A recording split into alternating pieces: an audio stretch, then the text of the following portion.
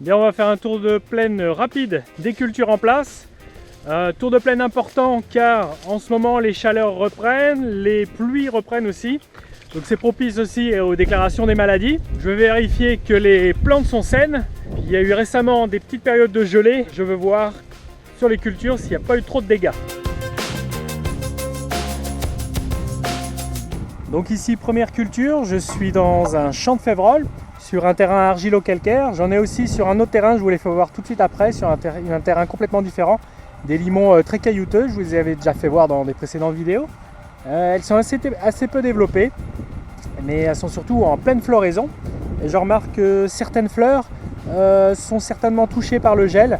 Mais bon, ça ne devrait pas poser trop de soucis. Je vois qu'elles développent beaucoup de fleurs, donc ça peut être aussi beaucoup de gousses futures. Ce que je regarde aussi, c'est s'il y a de la maladie sur les feuilles. Donc ici, on peut voir que les feuilles sont saines. Ça, c'est les nouvelles feuilles. Elles sont en très bonne santé. Ce qu'on remarque aussi, c'est qu'il y a encore des attaques de cytone. C'est ici, vous voyez, que le bord de la feuille est mangé. Et ça fait un effet dentelle. Même culture, mais terrain différent. Donc là, sur les cailloux, sur une terre limoneuse, très superficielle. Alors je m'attendais à ce que cette parcelle par rapport à l'autre dans le terrain argilo-calcaire soit moins bien développée, que la févrole s'exprime moins bien. Et c'est tout le contraire qui se passe. Elle est en meilleure forme, meilleure santé. Elle se développe plus vite, un peu plus de fleurs. Elle est plus haute. Donc souvent en agriculture, on s'attend à quelque chose et c'est le contraire qui se passe. Donc là pareil, au niveau santé, elle est en bonne santé, pas de maladie.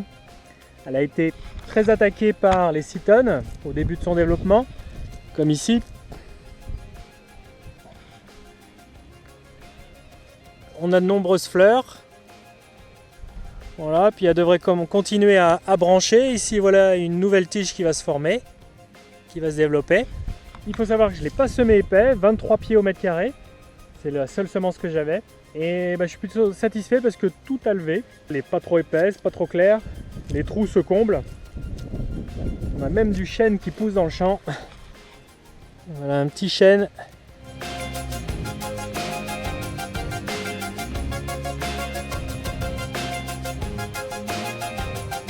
On passe à l'orge. Donc là une orge pareil sur des argilo-calcaires.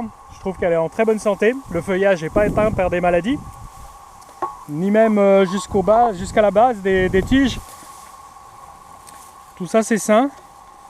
Et les dernières feuilles, ça c'est la dernière feuille, celles-ci sont saines. Et elle est au stade donc des piaisons, les épis sont en train de sortir. Voilà, la gaine se déplie et les épis sont déjà en train de se montrer. Donc il faut savoir que les maladies, souvent, elles démarrent du pied des plantes. Donc si on voit qu'au pied des plantes, il y a beaucoup de maladies, il faut intervenir. Parce que la maladie, au fur et à mesure des pluies, va se transmettre sur les étages du haut. Et il faut savoir que le potentiel d'une culture, d'une orge, d'un blé, tient à la santé des dernières feuilles, les feuilles du haut. Donc il faut pouvoir maintenir un maximum en bonne santé les étages du haut. Si les étages du bas sont un petit peu touchés, comme ici, il y a quelques taches, mais c'est plutôt ça, c'est pas très grave. Ici on a quelques taches, mais cette parcelle-là est en bonne santé.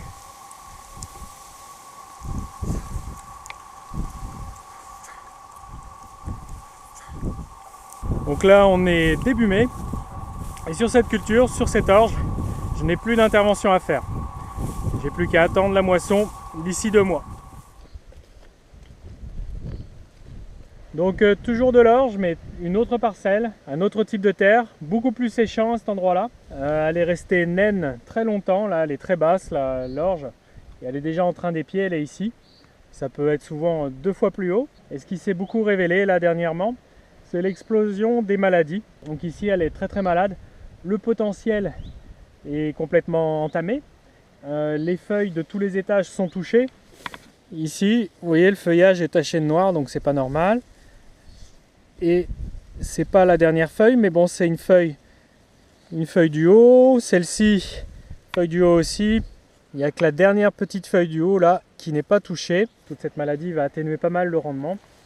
Et vous voyez que elle est déjà en train de dessécher. Tout ça c'est en train de mourir. Ça c'est malade, ça c'est malade, ça c'est malade. Avec les derniers étages qui sont plutôt conservés. Et c'est déjà piqué ici. Ici dans le blé, je constate qu'il est très bas. Je pense que ceci est dû à la longue période de sec qu'on a eue. Et puis il y a aussi des taches. Bon, je pense que c'est pas trop inquiétant, je pense pas que ce soit de la maladie. Taches comme ça en bout de feuille. Je pense que c'est justement dû au stress hydrique, le manque d'eau.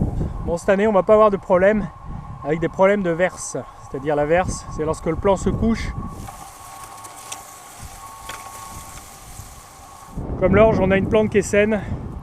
Il faut dire que les périodes de sec sont favorables à la non-apparition des maladies.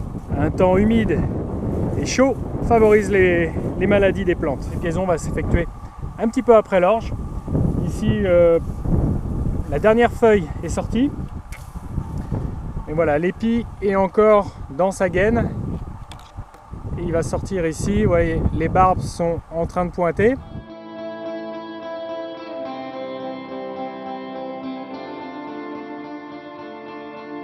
Bon, ce qu'on découvre aussi, c'est quelques mauvaises herbes. Ici, un vulpin.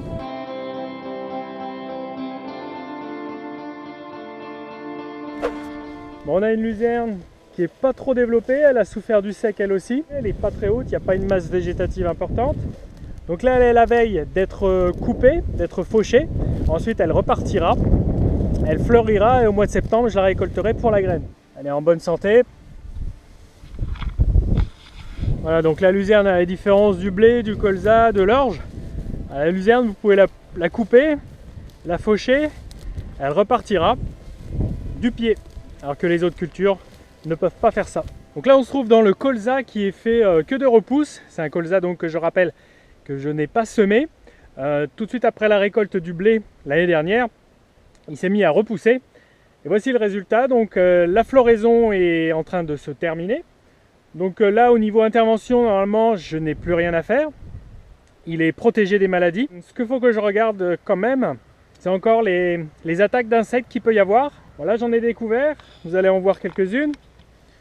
C'est à la tête des plants. Voici une petite colonie de pucerons cendrés. Voilà, cette tache grisâtre, ce sont que des pucerons, ils sont tout petits.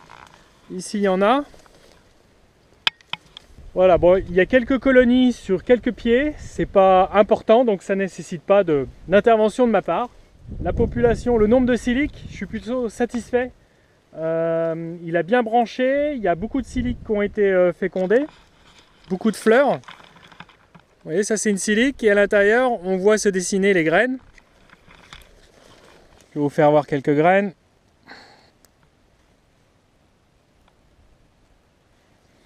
Et voici les graines. Bon, là, actuellement, ces graines ne sont pas de couleur noire comme elles sont quand elles sont mûres. Là, elles sont encore en train de se remplir en éléments et elles mûriront plus tard. Là, elles sont quasiment pleines que d'eau. Après, au niveau du feuillage, des bas étages, c'est satisfaisant. Voilà, j'ai pas de maladie qui se déclare. Là, un petit peu, mais bon. Ça veut dire qu'il va pouvoir terminer sa croissance et sa maturité en toute tranquillité. Je ne peux pas prédire vraiment du rendement qu'il va y avoir. Donc rendez-vous à la moisson pour le verdict final de cette parcelle. Après là, je ne vais pas vous emmener voir le colza qui a été semé de manière classique. Il est tout aussi bien, tout aussi joli. Je pense que le potentiel est le même, voire un petit peu plus dans les autres parcelles. Bien voilà, ce petit tour de plaine est terminé. J'espère qu'il vous aura plu. Je vous dis à mardi prochain, 7h30 pour une prochaine vidéo. Et entre temps, n'hésitez pas à me suivre sur le réseau Snapchat. Et comme ça, ça vous permet d'être souvent au courant des futures vidéos qui se préparent sur YouTube. Allez, salut!